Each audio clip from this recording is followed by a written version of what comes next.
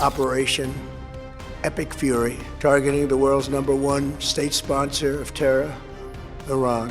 राष्ट्रपति Donald Trump का संबोधन हो गया। 20 मिनट के संबोधन में उन्होंने तमाम बातें कही, तमाम डींगे हाँकी, बहुत सारी सही बात और बहुत सारी गलत बात बोले कि हम युद्ध जीत गए, जबकि इन्फेंट्री जब तक मूव नहीं होती, जब तक किसी भी देश की सरहद पर आप कब्जा नहीं करते, तब तक जीत हार तय नहीं होती। पहली बात तो आप बता रहे हो कि आप ईरान जीत गए, तो ये सरासर झूठ बोल रहे हो, क्योंकि एक तरफा अपने मुंह मियां मिट्ठू बनने से ट्रंप महाशय काम नहीं चलता। और ग्राउंड ऑपरेशन करने के लिए आपने जो 50,000 की फौज ईरान में उतार रखी है, वो भी अभी तक स्टे पे है, क्योंकि उनको पता है कि ईरान के अंदर किसी भी तरह का ग्राउंड ऑपरेशन करना जान के ऊपर खेलना है। फिर आप जो है जनता को अपनी जवाब नहीं दे पाएंगे कि इतनी सारे लॉसेस जो है वो कैसे हुए। अब आते हैं मुद्दे की बात। ट्रंप ने अपने संबोधन में एक बात कही। उन्होंने कहा कि मिडिल ईस्ट के ऑयल से मुझे कोई मतलब नहीं है। स्ट्रेट ऑफ हॉर्मुज खुले या ना खुले, जिसको वहां से तेल लेना हो ये उसकी जिम्मेदारी है कि अपने शिप वहां से निकाले, मेरा कोई रोल नहीं है। अमेरिका के पास में भरपूर तेल है और अमेरिका से जिसको खरीदना हो खरीद ले। यही बात हम आपसे बहुत पहले से कहता चला आ रहा हूं कि सच्चाई को समझिए, इस जंग के पीछे के पूरे खेल को समझिए। इन वेस्टर्न जो विदेशी और पश्चिमी देश हैं, इनकी पॉलिसी को थोड़ा देखिए। ये देश कैसे चलते हैं और अपने पीछे पर्दे के पीछे क्या गेम खेलते हैं। 28 तारीख को जब वॉर हुआ था, उसके 2 दिन बाद मैंने बताया था कि खामनेई, ईरान की सत्ता, ये सब नाटक है, असली खेल है ऑयल का, तेल का। डोनाल्ड ट्रंप पूरी दुनिया के ऑयल के एम्पायर बनना चाहते हैं। वो जानते हैं कि इस पूरे दुनिया को अगर मूव करना है तो उसके लिए ऊर्जा की आवश्यकता है। अगर हम उस पेड़ की उस जड़ पर ही काबू कर ले तो पूरी दुनिया तो ऐसे मेरे मुट्ठी पे आ जाएगी। यही रीजन है कि ये जो पूरा युद्ध जो अभी भी चल रहा है, ये इसलिए रचा गया। इसके पीछे कौन था? इजराइल था। इजराइल की मकसद था कि इजराइल की एक ही चाहत थी इस युद्ध में इन्वॉल्व होने की, क्योंकि वो चाहता है कि मिडिल ईस्ट में ईरान का मुकाबला इजराइल करने में झिझकता है। बाकी सभी देशों को वो युद्ध लड़ता है, लेकिन ईरान के आगे आपको युद्ध लड़ने से पहले आपको 100 दफा सोचना पड़ेगा। सबसे मजबूत जो पिलर है वो मिडिल ईस्ट का, वो है ईरान। अब आप सोचिए कि अगर उस मजबूत पिलर को अमेरिका ढा दे, इजराइल ढा दे, तो फिर क्या होगा? पूरा मिडिल ईस्ट पर इनका कब्जा हो जाएगा। कब्जा इन द सेंस लैंड पर नहीं होगा, लेकिन इनके रिसोर्सेस पर होगा। यानी आपका शरीर आपका रहेगा, लेकिन आत्मा और किडनी, लीवर जो है शरीर के, वो इनके काबू में रहेंगे। तो अब आप सोच लीजिए कि जब धड़कने दूसरे के पास में, किडनी लीवर इनके पास में, तो आपका शरीर वही करेगा जो ये चाहेंगे। मैं बहुत आसान भाषा में आपको समझाने की कोशिश कर रहा हूं कि व्हाट्सएप यूनिवर्सिटी के ज्ञान पे मत पड़िए। यहाँ पर हर हिंदुस्तानी होने के नाते हमको ये पता होना चाहिए कि दरअसल पर्दे के पीछे वैश्विक कैसी शक्तियां चलती हैं, क्योंकि आज ईरान है, कल हिंदुस्तान भी हो सकता है, क्योंकि इनके इरादे यही हैं, इनके एजेंडे यही हैं। ये जो अपने एजेंडे बनाते हैं, अगले 10 सालों के लिए बनाते हैं, अगले 50 सालों के लिए बनाते हैं। 1945 को ब्रिटेन ने ऑपरेशन अनथिंकेबल चला था। मकसद क्या था? देशों को तोड़ना। इनका पहला देश था रशिया, जिसको उन्होंने 1991 में तोड़ दिया। उसके बाद ये रुके नहीं, ये नॉर्थ कोरिया पर जाना चाहते हैं कब्जा, ये चाइना को खत्म करना चाहते हैं, ये रशिया को खत्म करना चाहते हैं, उसके अलावा ये इंडिया के ऊपर भी आएंगे। लेकिन यहां पर सबसे बड़ी बात ये समझने की कि वेस्टर्न देश ऐसा क्यों कर रहे हैं, और आखिरकार ट्रंप ने अपने संबोधन में ऐसा क्यों कहा कि मिडिल ईस्ट की तेल उनको नहीं चाहिए। अब आप इसकी पूरी कहानी समझिए। हिंदुस्तान की ऑयल जो ऊर्जा नीति है वो क्या है? वो 41 देशों से हम अभी तेल अपना आयात करते हैं, क्योंकि हमें पता है कि अगर हम किसी 2 देशों या 3 देशों के ऊपर डिपेंड हो जाएंगे तो हमारे देश, चूंकि बहुत बड़ा देश है, अच्छी पॉपुलेशन है, बहुत सारी खपत है, तो वो पूरी नहीं हो पाएगी। अगर हम ईरान से ही केवल तेल लेते तो इस समय हो सकता है क्रूड ऑयल के हमारे पास दिक्कत हो जाती है, लेकिन अभी भी भारत सरकार कह रही है कि 2 महीने का क्रूड ऑयल का रिजर्व हमारे पास ऑलरेडी है। तो ऐसी स्थिति में ये लोगों ने, ट्रंप ने सबसे पहले एक खेल खेला। सिलसिलेवार तरीके से समझिए पूरा खेल क्या है ये। इस साल जब शुरुआत होती है, वेनेजुएला जिसके पास दुनिया का सबसे बड़ा ऑयल रिसोर्सेज है, उस पर कब्जा किया ट्रंप ने। वहां पर क्या किया? उन रिफाइनरीज को वहां पर बैठाया जो कि अमेरिका की समर्थित है। अमेरिका की समर्थित नहीं, जिस पे ट्रंप के शेयर हैं, ट्रंप की फैमिली के शेयर हैं, ट्रंप के उनके दोनों जो बेटे हैं उनके शेयर हैं।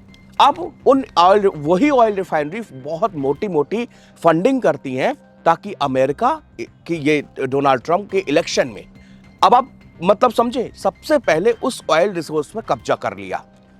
उसके बाद क्या किया, ये अचानक से 28 तारीख ऐसे तय नहीं हो गई।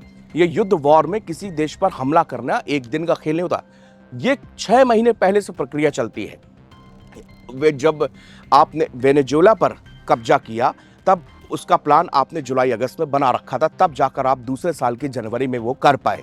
लेकिन इसके पहले आपको ध्यान देना होगा कि यहां पर जो मिडिल ईस्ट है वहां पर ऑयल का दूसरा सबसे बड़ा रिसोर्सेस है। अब मिडिल ईस्ट का ऑयल सस्ते में क्यों मिलता है? ऐसा नहीं कि वहां के क्रूड ऑयल में, सबसे बड़ी बात यह है कि हिंदुस्तान से भौगोलिक परिस्थितियां ऐसी है कि वो हमसे सटे हुए हैं। ईरान से हम सबसे ज्यादा तेल आयात करते थे, लेकिन 2020 में ट्रंप महाशय ने सैंक्शंस लगा दिए। अब हम तेल वहां से नहीं खरीद पाए। तब हमने रशिया का मूव किया।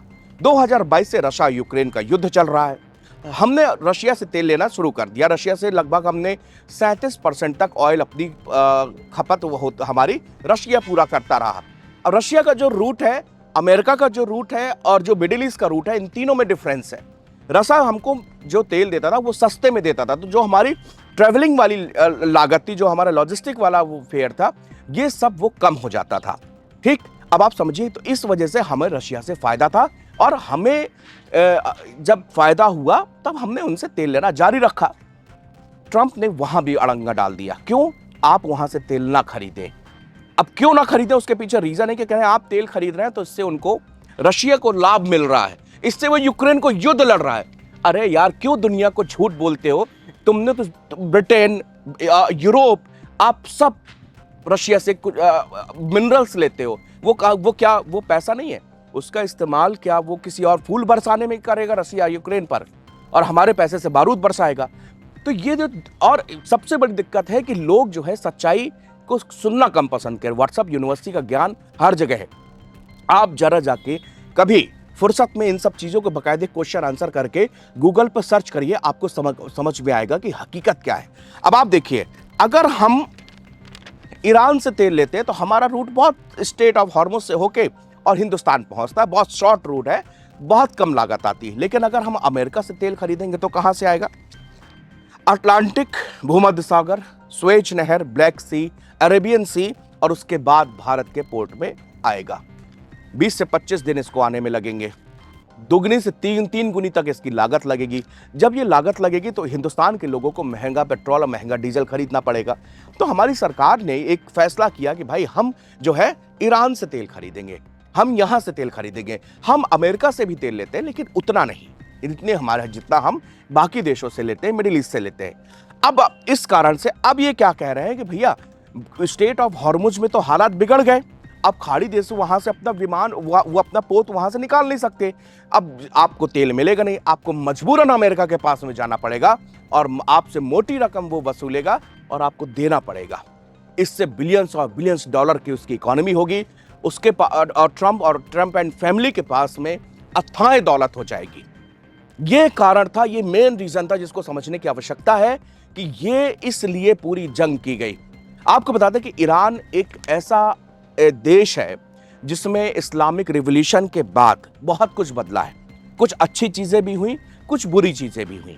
बुरी चीज ये हुई कि महिलाओं के ऊपर वहां पर पर्दा प्रथा लागू कर दी गई और बहुत सारे रिस्ट्रिक्शंस लगाए गए, लेकिन ऐसा नहीं था कि सब बुरी चीज थी। सबसे अच्छी बात कि वहां पर महिलाओं की स्थिति बहुत अच्छी है। अच्छी इन द सेंस, जितनी भी जॉब्स हैं, जितने भी वहाँ पर नौकरी हैं, आपको ज़्यादातर महिलाएं देखेंगी। वहाँ की साक्षरता दर जो है वो 95% से ऊपर है। वहाँ पर महिलाएं ड्राइविंग करती हैं, महिलाएं सेफ हैं, वहाँ के इलाके इतने साफ सुथरे हैं कि आप उसको यकीन नहीं करेंगे। तो ये हकीकत है ईरान की। लेकिन ईरान की इस्लामिक रिवॉल्यूशन के बाद में क्या, जो चीज़ मैंने पढ़ी और मैंने जो ईरान में रहने वाले लोग हैं जो हिंदुस्तानी हैं, जो किसी स्टडीज में या कहीं से थिंक टैंक से जुड़े हुए हैं, उनसे बातचीत की, उन्होंने एक चीज बताई, बड़ी दिलचस्प है, सुनिएगा। पहली बात तो यह है कि जब यहाँ पर इस्लामिक रिवॉल्यूशन के पहले जो सरकार थी, जो कि पूरी वेस्टर्न समर्थित सरकार थी, रजा पहलवी वाली सरकार की बात कर रहा हूँ, उस दौरान गरीबी और अमीरी का बहुत बड़ा ईरान के अंदर एक खाई पैदा हो गई थी। अमीर वर्ग अमीर होता जा रहा था, गरीब गरीब ही रह रहा था, यानी कि पूरी तरह से पूंजीवाद का बोलबाला था। लेकिन इस्लामिक रिवॉल्यूशन आने के बाद में ये देखा गया कि सबको समान कैसे बनाया जाए, इसको लेकर फिर वहां की पॉलिसी बनी। और पॉलिसी जब चेंज हुई तो जो गरीब लोग थे उनको ऊपर उठाने के प्रयास हुए, उनको समतल किया गया, ठीक, पूंजीवाद को खत्म किया गया। और इस तरह से वहां पर अब 2 या 3% अगर आप देखें तो जब तक ईरान के ऊपर सैंक्शंस नहीं लगे थे तो वहां पर 2 या 3% ही गरीबी होती थी। इसके बाद एजुकेशन के मामले में वो देश आगे था। वो देश अपने जो वहां के लोकल अथॉरिटीज थी उसमें ज्यादातर महिलाएं काम करती थी और महिलाएं ड्राइविंग भी करती हैं। हाँ, पर्दा प्रथा वहां पर आज भी है, लेकिन बहुत बताते हैं कि महसा अमीनी की जब से डेथ हुई, जो रिवॉल्यूशन हुआ, उसके बाद ईरान की सत्ता को भी समझ में आ गया था कि हम लाखों लड़कियों को एक साथ पर्दा में या उनके ऊपर हम डंडा नहीं चला सकते हैं। हम ऐसे डंडे के बल पे यहाँ पर सरकार नहीं चला पाएंगे। महसा अमीनी की मौत के बाद वहाँ की जो फोर्सेस हैं उन्होंने भी ढील दी, लड़कियों को आज़ादी मिली। कुछ लड़कियों के ऊपर जो वहाँ पर कार्रवाइयाँ हुई, कुछ लड़कियों की मौतें भी हुई, लेकिन वो महसा अमीनी ने एक जंग लड़ी और उस जंग के बाद में महिलाओं की स्थिति वहाँ पर सुधरी। अब ईरान वैसा नहीं था, लेकिन ये वेस्टर्न कंट्री को लग रहा था कि अगर ईरान को पर काबू नहीं किया गया तो ये हाथ से निकल जाएगा। क्यों? क्योंकि रशिया का सबसे बड़ा एलाई ईरान था। जब यूक्रेन का वॉर स्टार्ट हुआ तो रशिया को यहाँ से, ईरान से बड़ी संख्या में ड्रोन्स मिले और उसने बड़ी भीषण तबाही यूक्रेन में मचाई। इसी वजह से और इनके पुराने संबंध हमेशा से इन देशों से रहे हैं और यही कारण था कि अमेरिका और ब्रिटेन को ये बात कभी पचती नहीं थी। इसी कारण ये पूरे युद्ध रचा गया ताकि इस तेल की पूरी दुनिया के एम्पायर को कब्जा कर लिया जाए। और आज ट्रंप के मुंह से ये हकीकत निकल ही गई जो वो कहना चाहते थे कि भैया हमको मिडिल ईस्ट की आवश्यकता नहीं, हाँ हम अपने खाड़ी के देशों की रक्षा करेंगे, लेकिन वो कितनी रक्षा करेंगे सबने देख लिया कि क्या हश्र किया है ईरान ने उन खाड़ी देशों का। आज वहां पर ये आलम है कि वो देश खुद ये सोच रहे हैं कि हमें अपनी सुरक्षा पर अब सोचने की आवश्यकता है और हम जो है इस तरह से काम किसी के पीठ पर बैठकर सवारी नहीं कर सकते। और खास तौर से अमेरिका के साथ में, जिसको कहा जाता है कि भैया इसकी दोस्ती और दुश्मनी दोनों खतरनाक होती है।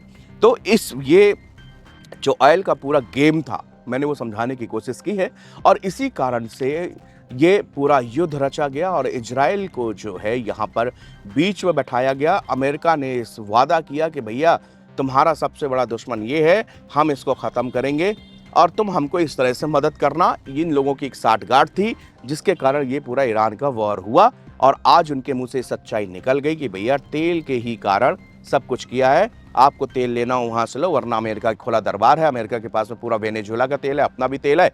हम आराम से, आप हमसे क्रूड ऑयल खरीदिए, हमको मिलियंस और बिलियंस डॉलर दीजिए, हमारे देश की इकोनॉमी मजबूत कीजिए, बाकी आप भाड़ में जाइए, आप बर्बाद हो जाइए। इससे ट्रंप महाशय को, ब्रिटेन महाशय को और पूरे वेस्टर्न को और किसी से कोई मतलब नहीं है। शुक्रिया।